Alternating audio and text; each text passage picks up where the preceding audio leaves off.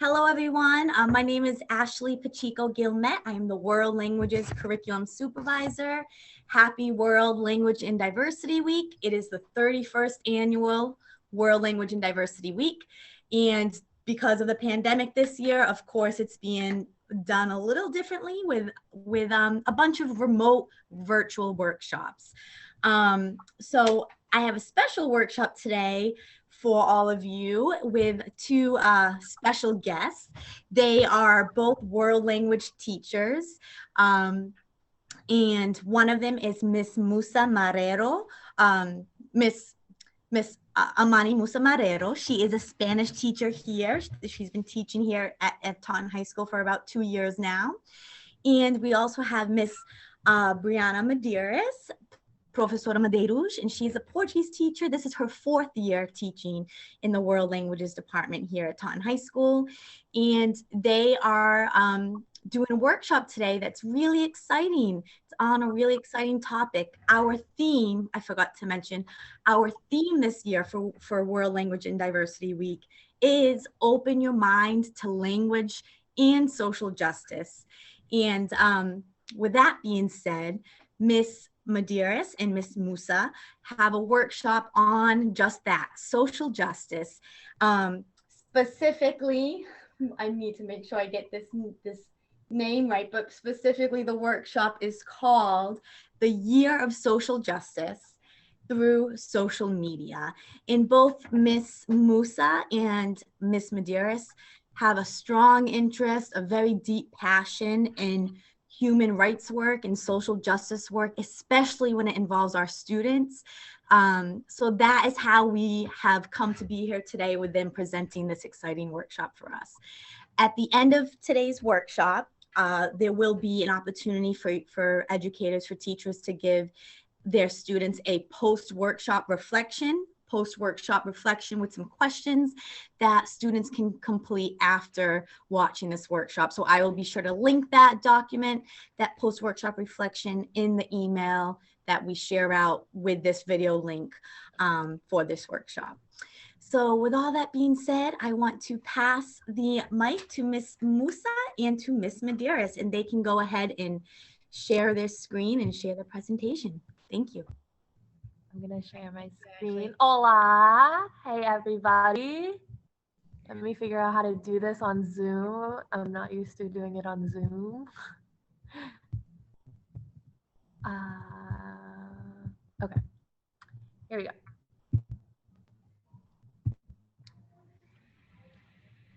Does it look good, like full screen? Mm-hmm.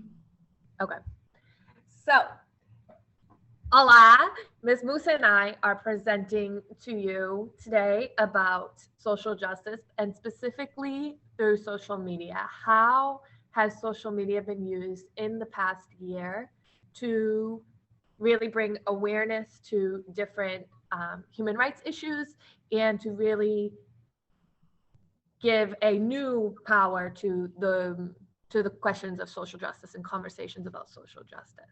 So let's watch this.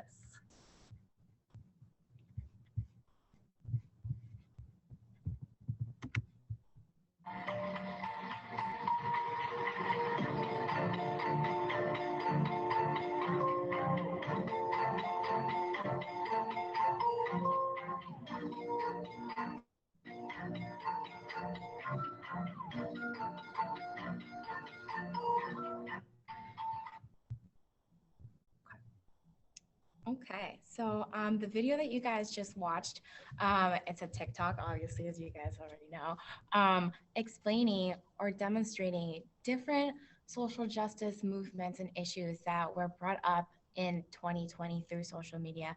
So the first one is Australian wildfires, the second one is COVID, third one is Black Lives Matter, fourth one is the Beirut explosion on Lebanon, fifth one is the Chinese concentration camps, and lastly, the Poland abortion ban.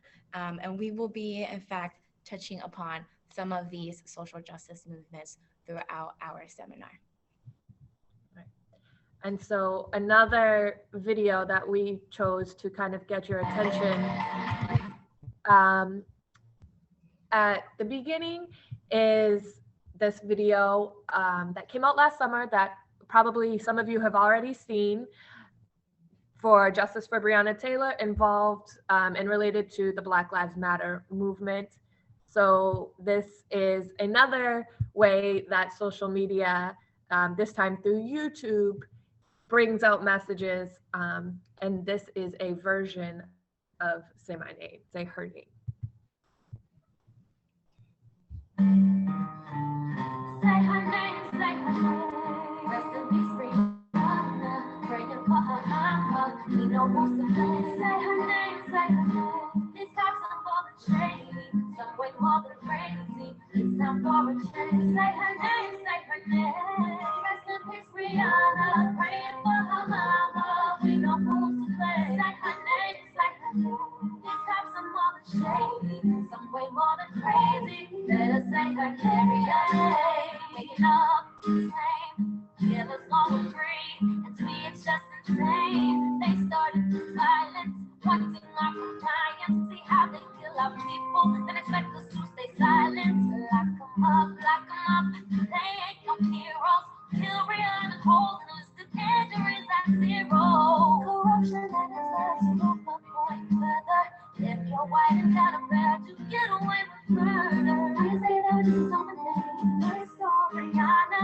So far down is the way you see. Why can't you do what's right? Tell me why. Why can't you do what's right? Didn't say name, so you got to say her name. Yeah. Say her name. You better say it. Say it. Say her name. Say it. Say her name. Better say her name. Say Breonna. Breonna. Breonna. Breonna. Breonna. Breonna.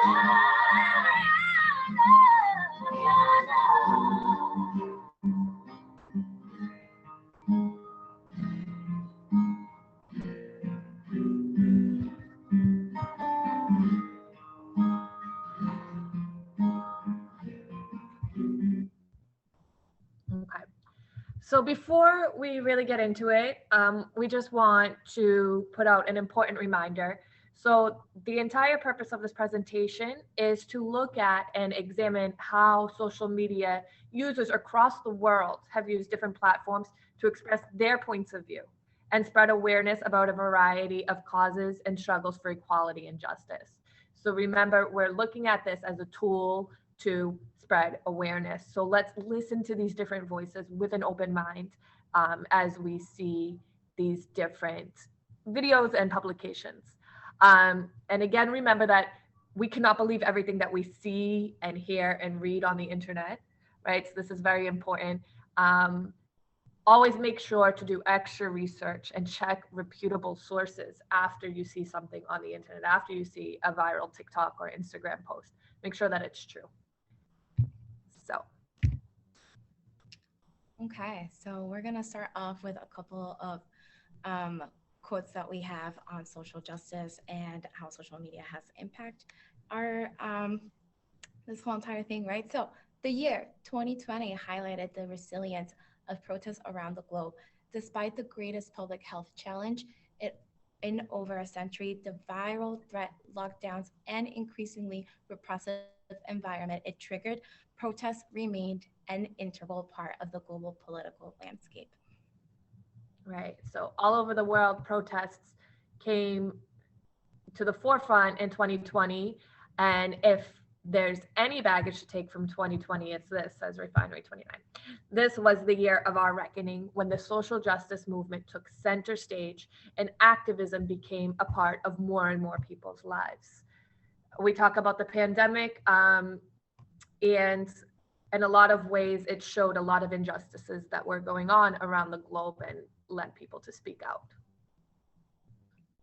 So while some people took the streets, other people took the tweets. Over the year, many memes inspired discourse and went hand in hand with social movements unfolding. Social media played a large fueling movement in 2020, given that many have been stuck at home, right? We're at home 24/7. You're on social media. You're scrolling through TikTok. you're scrolling through Twitter, whatever it is. However, a Pew Research study from June found that 54% of social media users between the age of 18 and 29 said that they use social media to find information about joining protests and rallies where they live.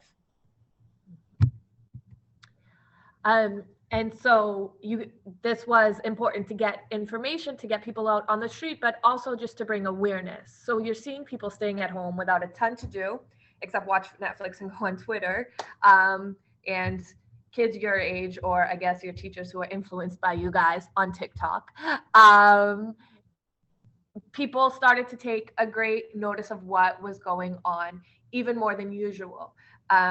We had what Alyssa Bowen calls a real-time access to what was going on at the protest, so that even if you weren't at a protest, even if you weren't a part of movement, social media allowed for another perspective.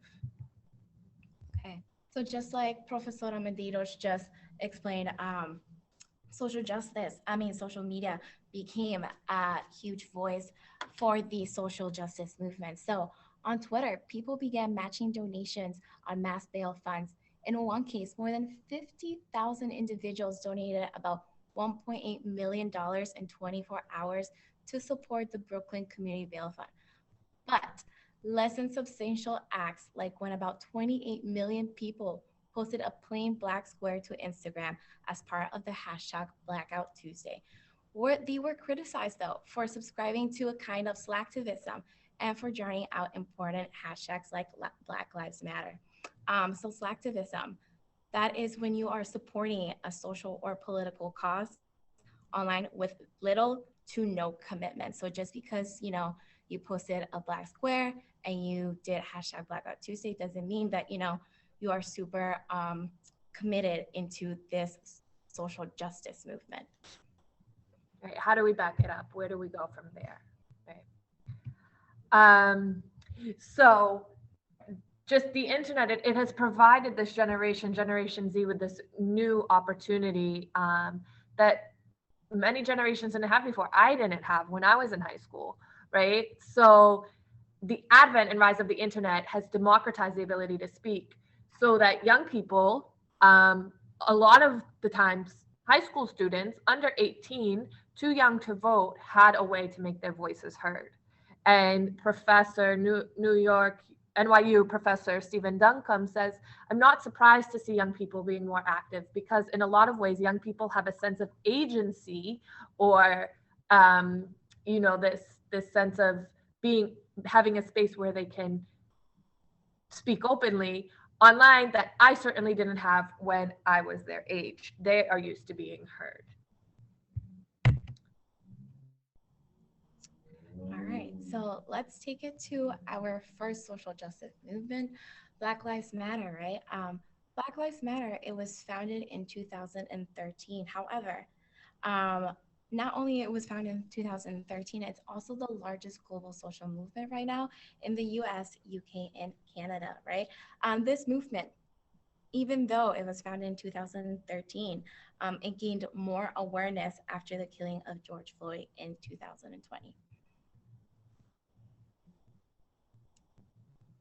So these are just videos and images about what we see in the streets, things that in the news you may or may not see.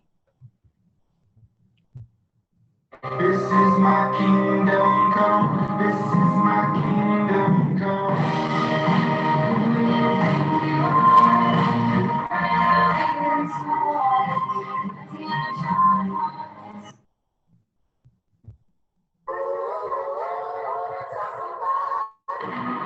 This is America.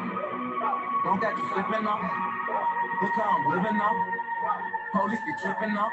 Yeah, this is America. Come to my area. I got the strap. And they always say congratulations.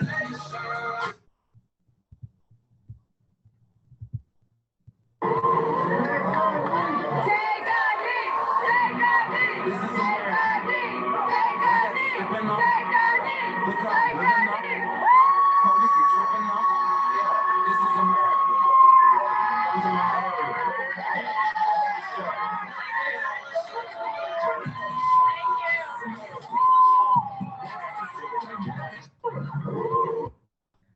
Great. So one thing that social media did was that it allowed us this look at what was going on in the protests last summer that oftentimes were not shown in the media, right? We see these scenes of humanity and connection, human connection. But oh, it's gonna do this. Okay, let's see. Okay, but social media didn't just serve that purpose. It was also a source of information. It was a way that people could figure out what to do and how to be activists and how to do it safely.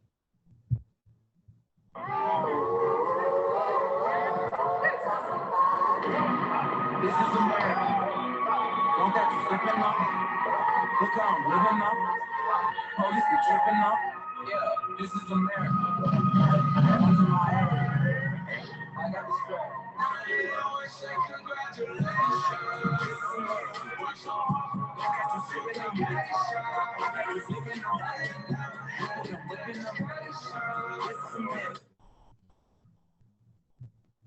If you've been supporting the Black Lives Matter movement or looking for ways to support, please stop scrolling and signal boost this video.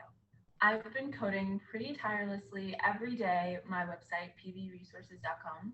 It's an education tool and resource I've been using to compile information to fight police brutality and white supremacy. There are calls to action, educational tools, and different places to donate. Today, I added this section that allows you to input your information and send automated emails, and everything is filled out for you. It was also really important for me to add ways we can support the Black trans community. And in a few days, the website will be generating ad revenue, and 100% of the proceeds will be donated. So all you have to do is visit the site to support BLM. Lastly, I've been asking you guys to follow me on Instagram so I can hit 10K and get the swipe up update, and I'm almost there. So if you haven't already, go follow. Okay, so we see here, right, it's what to do at protests, how to send emails to local officials, how to get change made, right? And then If you've been supporting the Black Lives Matter, we saw a lot of other Instagram posts like that, right? Ways that you can help Breonna Taylor or Elijah McClain, ways that you can be involved in the George Floyd case. There were so many examples all over social media with numbers to call, right? Who do we call? There was information about Black-owned businesses to support, and lots of information about expressing yourself, educating yourself on oppression, on anti-racism, and how to be a better ally.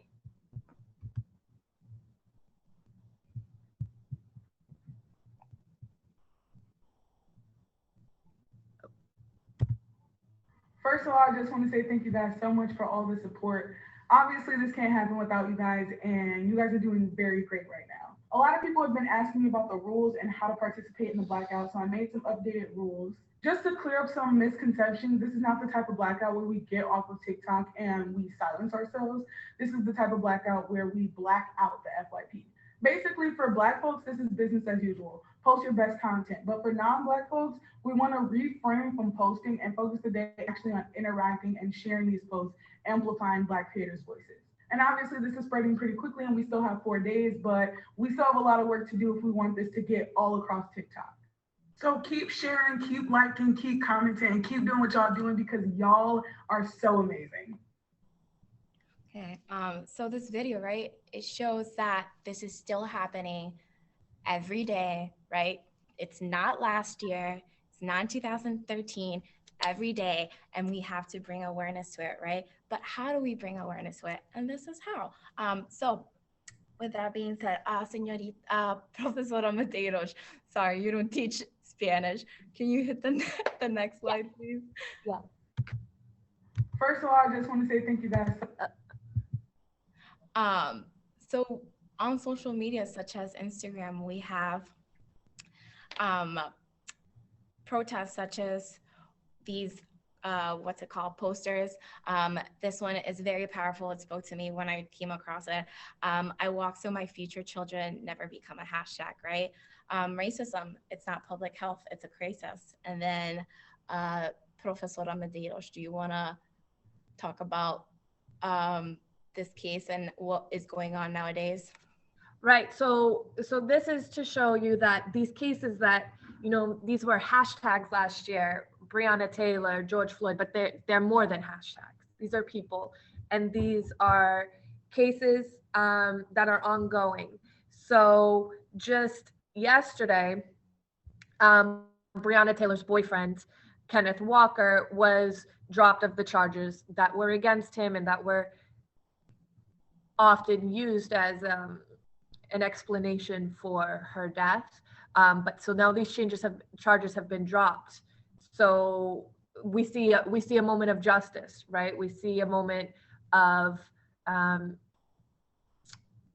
fairness, and at the same time, the trial of Officer Derek Chauvin, who was the officer that killed George Floyd last May, began on Monday, right? So these are ongoing conversations that we need to have, that we need to pay attention to, because now is the moment where we're seeing if justice is served, and we need to keep fighting so that it is.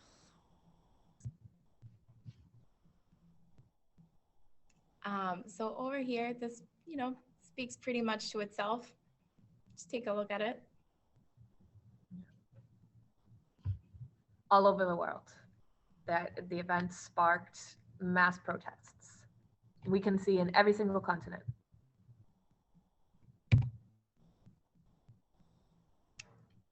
So over here, pictures from left to right, top left, we have protests in Tokyo, we have protests in Paris, we have protests in Mexico, we have protests in South Africa, and then in Pakistan. See, globally, not just here in the United States.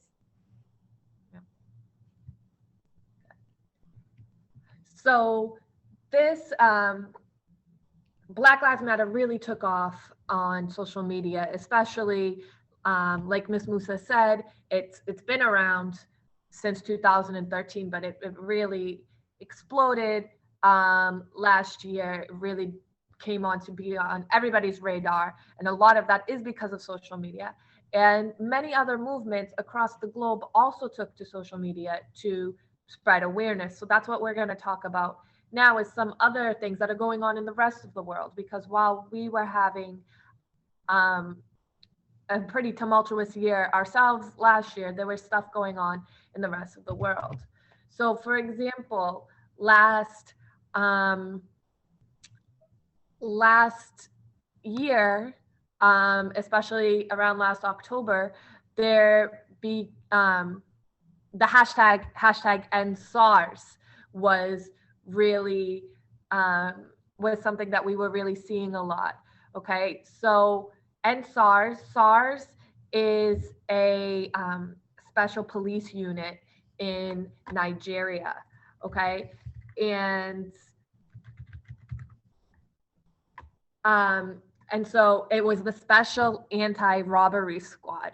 But what we found is that there was a lot of corruption, okay, and that people were being unjustly killed by this police force. So we have a quote here, right, of on October 4th, 2020, a video went viral showing SARS officers dragging two men from a hotel and shooting one of them outside. So this is when we really start to see protests erupt, and when we really start to see people talking about this on social media. So here's some videos to give you guys some information and some perspective of what happened in Nigeria, what's going on in Nigeria, what is still going on in Nigeria.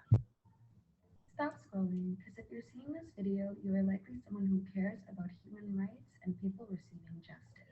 Let's talk about SARS. SARS is a special anti-robbery squad within the police force in Nigeria. This police unit has been torturing and using violence against the people they're supposed to be protecting. SARS officers harass young people based on how they look. Anything from having a tattoo to using an iPhone to wearing flashy clothing will attract the attention of these officers. These officers have been kidnapping, raping, torturing, and murdering young people. Can you imagine not being able to use your cell phone or even have a tattoo on your body because of the fear that you'll be arrested or killed? End SARS is a social movement that demands for Nigeria's government to end the deployment of this squad. Just because it's not happening where you live doesn't mean it should be ignored. We need to speak out. We need to educate ourselves. We have the power to make a change. End SARS. Stop scrolling, because if you're seeing this video, you Okay, so that's some information about, you know, from an American teenager, a young American giving us information about what's going on and the fact that, you know, we should be aware of what's going on in the rest of the world. So here, let's see some more, that gives us more of perspective of the End SARS protests.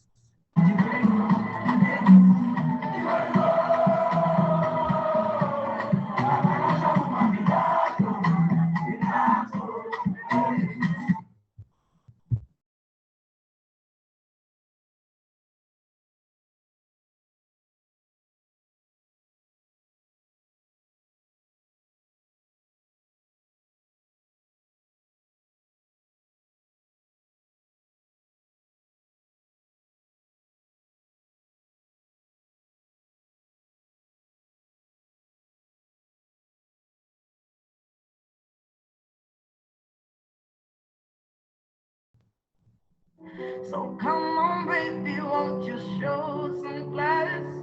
Why do you have to move so fast?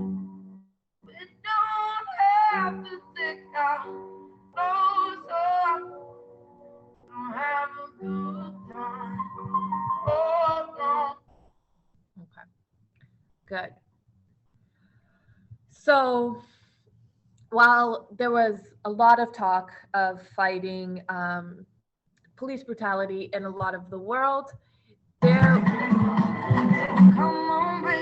sorry guys. Okay, there was also a lot of movements for women's rights.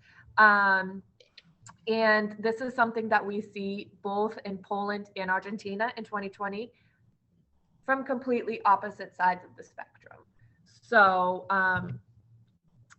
throughout last year and even continuing today, there was a huge protest just this past Monday. We had the women's strike in Poland, the strike kobiet. And so what happened is Poland has had some of the tightest abortion laws in Europe since 1993. Abortion has been essentially outlawed in Poland, and except in cases of rape, incest, or severe abnormalities, fetal abnormalities. And on October 22nd in 2020, the Constitutional Court further limited these legal abortions, now making abortions in the case of fetal abnormality completely illegal. And it is estimated that about 98% of the abortions that happened in Poland were cases of fetal abnormality, which means basically the right has been eliminated in Poland. And this is something that the majority of the Polish population was not in support of. So let's see some videos and some information.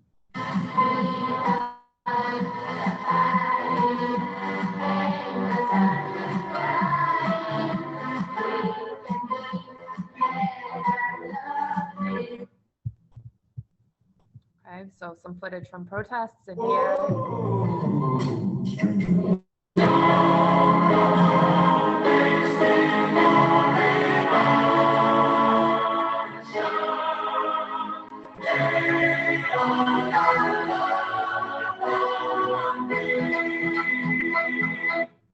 Okay, so we see that the law, it was proposed to be changed in October, but it went into effect this past January, despite the protests.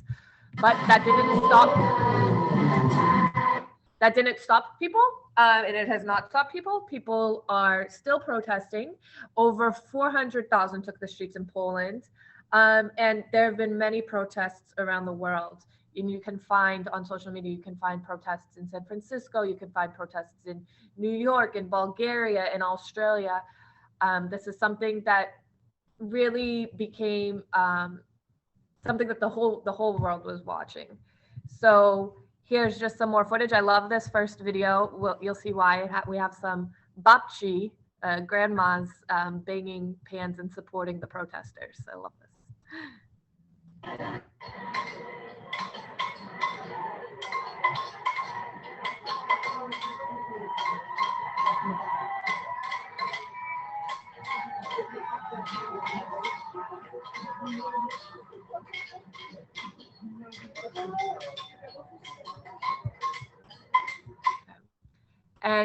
And also this wasn't something that just women were fighting for, right?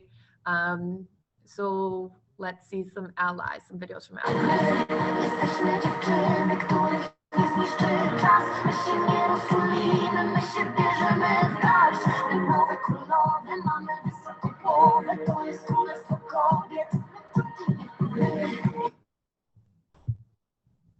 Polish women, you are not alone. In my home country of Australia, 15,000 kilometres away, your Australian sisters love and support you and are protesting for you. From myself and Australia, please keep on fighting. And Polish women, you are not.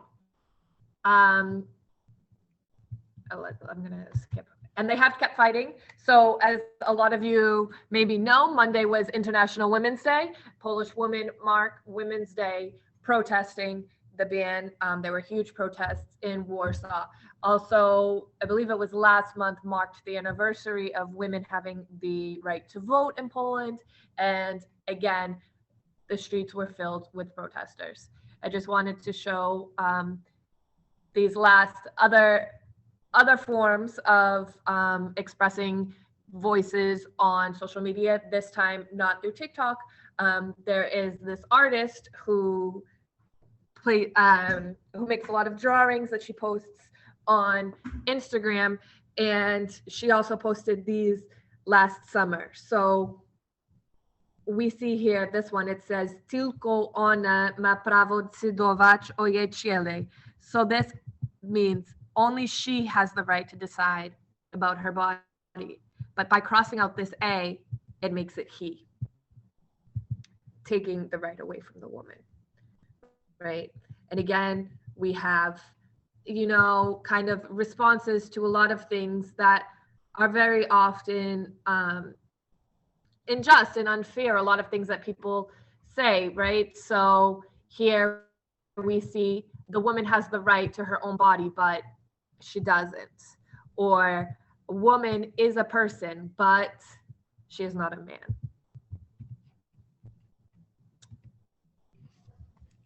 Okay, so just like Professora Medeiros explained, there's a spectrum, right? But we are in the opposite side of the spectrum in Argentina. So in late December 2020, after a long 12-hour debate, Argentina became the largest nation in Latin America to legalize abortion in early pregnancy, which is up to 14 weeks. The effects of this legalization vote can ripple across Latin America. So hopefully it's the biggest nation in Latin America, right?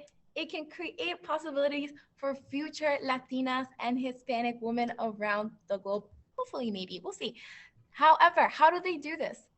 The symbol of a handkerchief, a green one, was shown among other countries where women have poured into the streets demanding for their human rights. So let's take a look at some Argentinian women.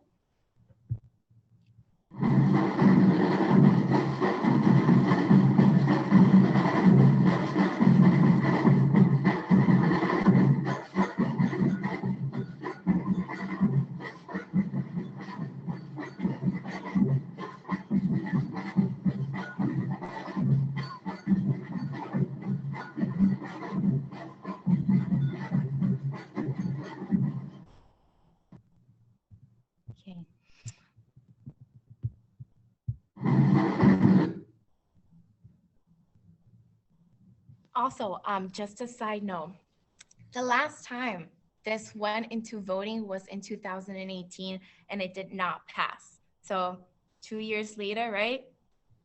Girls, keep pushing. Professora Medeiros, can you please play that? Obrigada.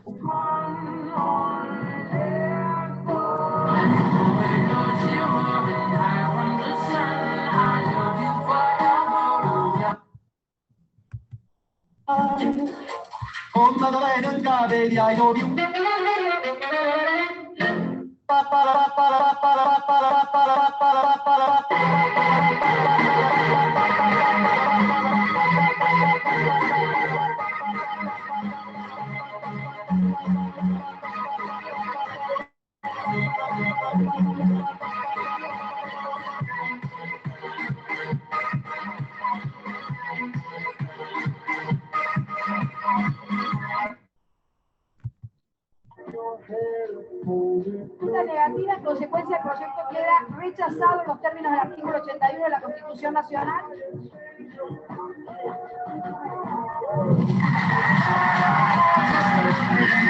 Si no sale el año que viene, insistiremos en otro. Nadie podrá parar a la oleada de la nueva generación.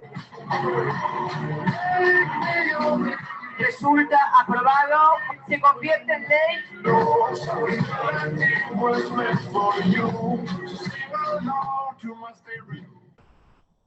Okay, so I just want to explain the quote real quick. He said, y si no sale el año que viene, insistiremos en el otro. Nadie podrá parar la oleada de la nueva generación. That means if it doesn't become law this year, we will keep insisting. No one can stop the new generation wave. Profesora?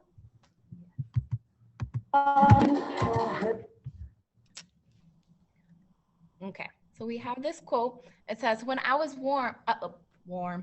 when I was born, women did not vote. We did not inherit. We did not manage our assets. We could not have bank accounts. We did not have credit cards. We did not go to the university. Senator Silva Sapag said in an emotional speech after the vote. When I was born, women were nobody. Then she added, after the law was passed, let there be law.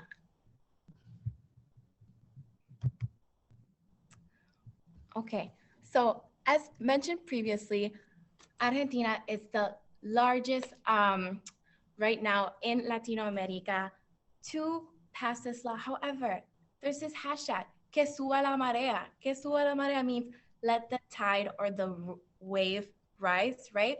So we want to go all the way from Argentina, the bottom, see, to all the way to Mexico. So hopefully women will have basic human rights, right? Throughout Latin America and hopefully Hispanic and Latino communities all together. Profesora, gracias. So chicos, why are we talking about this? It's a basic human right and bodily anatomy. It's the right for you to control your own body, right? And making decisions for one's physical health. So talking about human rights, and let's talk about another human right, being abused. Señorita o profesora, disculpa. My caffeine is kicking in. So, concentration camps, Chinese concentration camps, let's talk about them. Actually, let's just watch some videos. I think they talk about them for themselves. Just play them, profesora.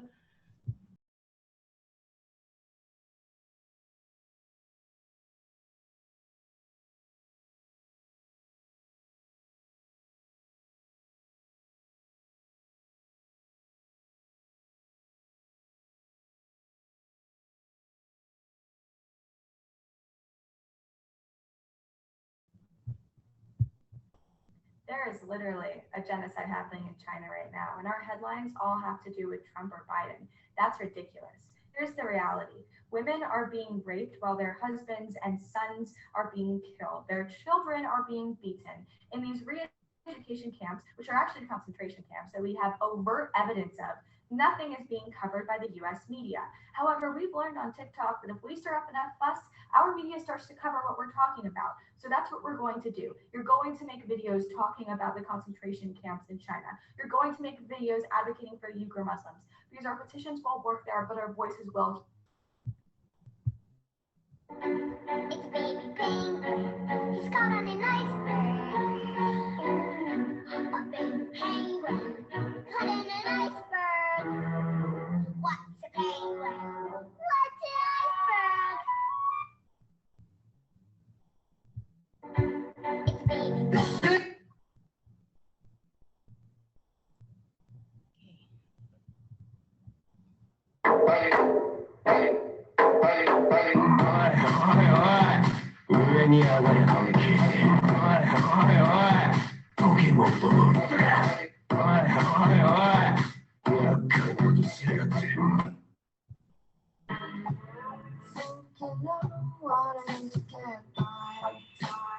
Something for your mind, mind, mind, mind, mind, mind. Something for your mind.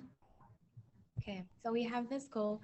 The Chinese government's actions have violated every single provision in the United States Genocide Convention, according to an independent report by more than 50 global experts in human rights, war crimes, and international law.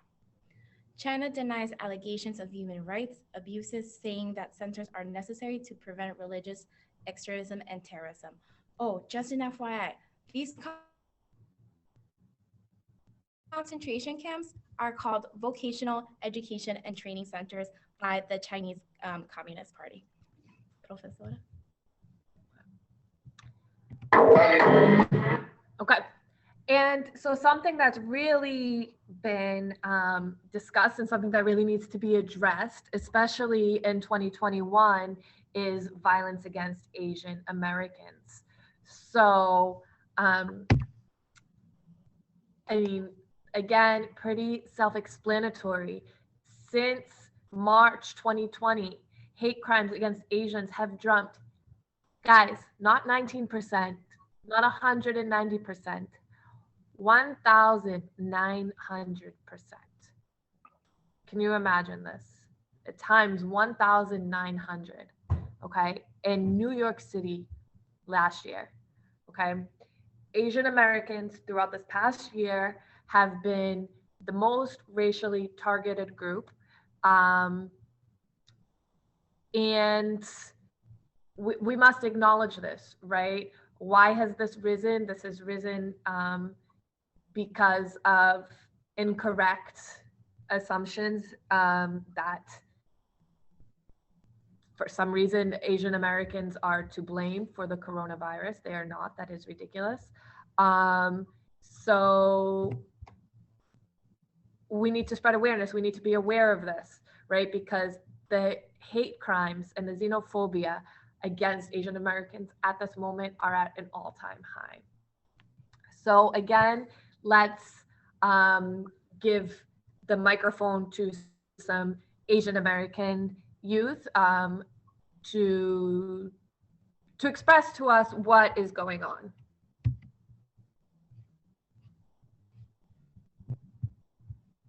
Hi, please don't scroll. This is something really important that needs to be addressed.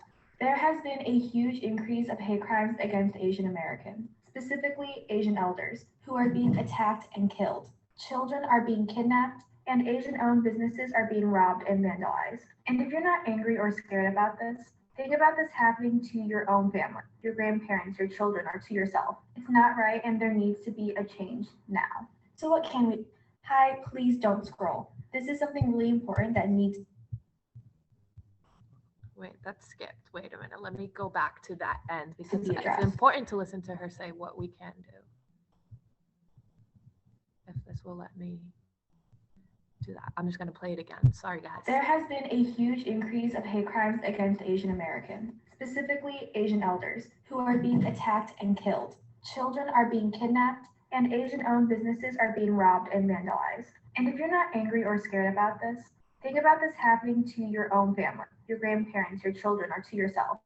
It's not right, and there needs to be a change now. So what can we do? We need to bring awareness to the situation. If you go to my bio, there is a link to a petition you can sign, and there's also a rally being held in LA you could attend. Here are the details for that. You might want to screenshot this. So if you are in the LA area, please go to this rally. A lot of us can't attend because we don't live in the area, but please also go for those who can't attend. If you want to know more about the situation, there are a lot of Asian creators here on TikTok that are talking about this, including this creator. He's where I learned about the rally from, so please go to his page for more information. So I'm pretty sure we're all aware at this point about the spike in Asian American hate crimes. And if you had no idea, now you know. I've had a link in my bio for the past few days that gives you like everything. So make sure to check that out. But I'm going to be talking about a few things. Firstly, the way people spread the information. Firstly, don't play out the clips without like a proper trigger warning. I've seen countless videos where it goes from some clickbait title to a video of the crime that's happening without any warning beforehand. Secondly, it doesn't matter how big of a platform you do have. I'll tell you this right now, I'll be scrolling through my For You page and an account with 10 followers will pop up and tell me something I had no idea what was happening. Big creators can come across your small pages, so literally anything helps. Another one is that we are not your Google. I think that one should just be a given, to be honest. And lastly, at least have something. A link in your comments, a link in your bio. Don't just say something and then give us nothing to work with. The whole point of spreading information is to give us the information. But aside from that, thank you guys for speaking out if you have, and have a good rest of your day. There's been another killing of an elder in the Asian American community. This is Vicha Ratanapakdi, an 84-year-old Thai American living in San Francisco. In footage of the attack, the assailant, identified as Antoine Watson, runs across the street and barrels into Ratanapakdi. The attack was unprovoked, and the family believes it was racially motivated. I believe they have no reason to doubt that. Racism against Asian Americans isn't just alienating and ostracizing, it's deadly. I'm infuriated that I live in a country where I have to be grateful that cancer took my grandmother before somebody could kill her in a violent attack. If you are non-Asian, please continue your anti-racism work. We center Black and Indigenous voices, but we also dismantle how white supremacy affects Asian American communities. For the love of God, stop saying shit like China virus and Kung flu. And because people can't use their brains enough to understand this, when you're criticizing an Asian government, make sure to distinguish Asian Americans from that government you're criticizing. Okay, good. So very strong messages, right? Again, different ways that we can use these platforms to get different messages across. We can use it to inform people about protests and rallies. We can help people be better allies by saying, hey, maybe we don't want to be playing clips of brutality and of people being hurt without trigger warnings, right? Maybe we should just believe that it's happening without oversaturating everybody with videos of violence. And, you know, maybe definitely we need to stop saying things that, you know, might seem like a joke to some students, to some kids, calling the coronavirus the Chinese virus or the Kung flu, but how this has clearly led to something very, very, very negative. So I'm pretty sure There's we're been all another. So it doesn't stop there. There have been tons of protests and movements across the world this past year that we have so much more access to now because of social media. So, for example, we have the Indian farmers protest. The native TikTok bringing it over to the rights indigenous peoples. The Belarusian protests last year against political corruption. Million Man March in Sudan. Kyrgyzstan protests against vote rigging and corruption. Protests in Venezuela and Bulgaria against political and state corruption. And most recently, a lot of you have probably seen on TikTok, Justice for Samarian. And we have here a picture of Samarian, a young boy from Texas, 13 years old, who was the victim of racist bullying during a sleepover at some friend's house. And to show the power of social media, it was announced just today that the local government and the school are looking into what happened, and a formal investigation is going to begin. So, in sum, last year, the coronavirus, COVID pandemic, everybody's locked down, everybody's at home. It really brought a very big change to the world. It was a catalyst for a lot of change. As we said in the beginning, it was something I think that shone a lot of light on a lot of injustices that were in the world, a lot of inequalities. And so people began to fight. And with social media, with the fact that everybody is at home connected to social media, people became much more aware of what was going on. And again, think about it, guys, all of these protests that we've seen, when it's dangerous to be around other people, right? So how important these causes are incredibly important, because people were willing to risk their health to be in these protests, right? So even though the end of the pandemic is in sight, this article from the Carnegie Endowment was from the end of last year when the vaccines were about to be approved and produced, but now we have a lot of people being vaccinated. We actually have more people vaccinated now than have been infected with COVID in the past year. The pandemic is going to come to an end, and we're going to go back to our normal lives. But probably these protests are not going to stop, right? The widespread economic and social devastation it has wrought, says the Carnegie Endowment, as well as citizens' anger about aggravated economic realities and the legacy of governance failings by many states, will be much slower to fade. So all of these long-standing grievances are not going to be, we're not going to stop talking about them until they are resolved, right? And there will be a lot of public debate, and there will probably be an increase in all confrontational political dynamics. Having shown remarkable resilience as a political strategy, even under potentially dangerous conditions, surging protests will almost certainly continue to punctuate global politics in the new year and beyond. So keep your eyes open, and it's important to be aware, okay? So when these videos show up on your TikTok, listen, and open your mind and open your awareness to what is going on around the world. Yeah, and definitely, share your perspective with your friends, with your family, with your teachers. Sometimes they don't see these things and they want to know too. So share, and just, spread awareness as much as possible. Well, thank you, Miss Musa Marrero and Professora Medeiros. Aplauso forte. I want to take this time to open it up to Miss Garcia. Miss Garcia is part of our live audience in this Zoom, another Spanish teacher here at Taunton High School. So I want to take this time to open it up to questions to Miss Garcia and to also myself, for us to ask Miss Musa and Miss Medeiros some questions. So Miss Garcia, do you have any questions for these two presenters? Yes, so I do have a question. So Brianna, you did mention about back in high school, we didn't have as much social media as we do now. And I think I went to high school around the same time you did. So I'm thinking, if we had as much social media or access to social media when we were in high school, do you feel like that would have caused, or where social movements would have started sooner than they have in the past recent years?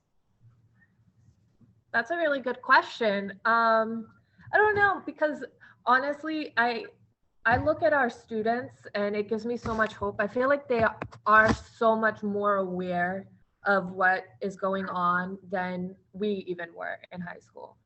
I don't know if that's a result of the fact that they've had cell phones and they've had this technology since they were little, right? I was in high school, I had a flip phone, guys, like I'm old. So like iPhones weren't even a thing even at the beginning of college for me. So I don't know. I'd like to hope that we would. I think that, so if this is the Gen Z generation, the millennial generation, we are a generation that also cares and is also very invested in these conversations. If we had it sooner, would we have gotten more involved sooner? hopefully, I don't know, but definitely kids should take advantage of what they have now, right? Our students should take advantage of what they have now to be really aware of what's going on around the world. Yes, thank you. Ms. Musa and Ms. Medeiros, I do have a question for both of you. So was there a specific moment or a specific experience or a specific personal situation that you encountered in your lives that that begun this work for you? Like, what was it that really sparked this important social justice work for you? When and why did you become interested and passionate about this stuff? Okay, so this might be like, I don't know.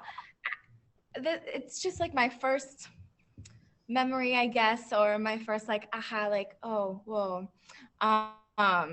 But it's a personal experience, because even though some of these social justice movements, you know, how do I explain this? Like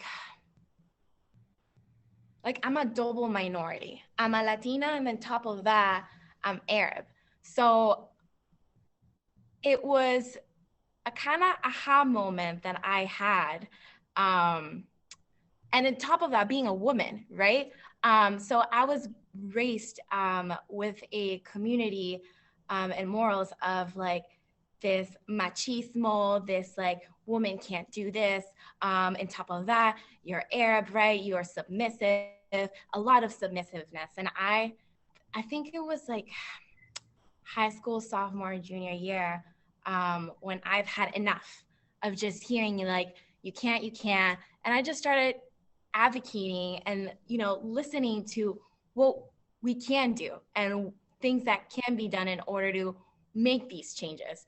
Now I know that my situation is different than other people's situation, but that's where I got my big, oh, sugar honey, I see there's problems in the world and we gotta fix them.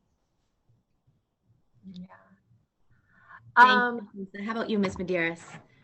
It's hard for me to like pinpoint a specific moment. I think, again, going back to our background, growing up, I grew up in Brockton. So I grew up in a very diverse city with a lot of different cultures come together, people of different socioeconomic backgrounds come together, right? And there were a lot of injustices.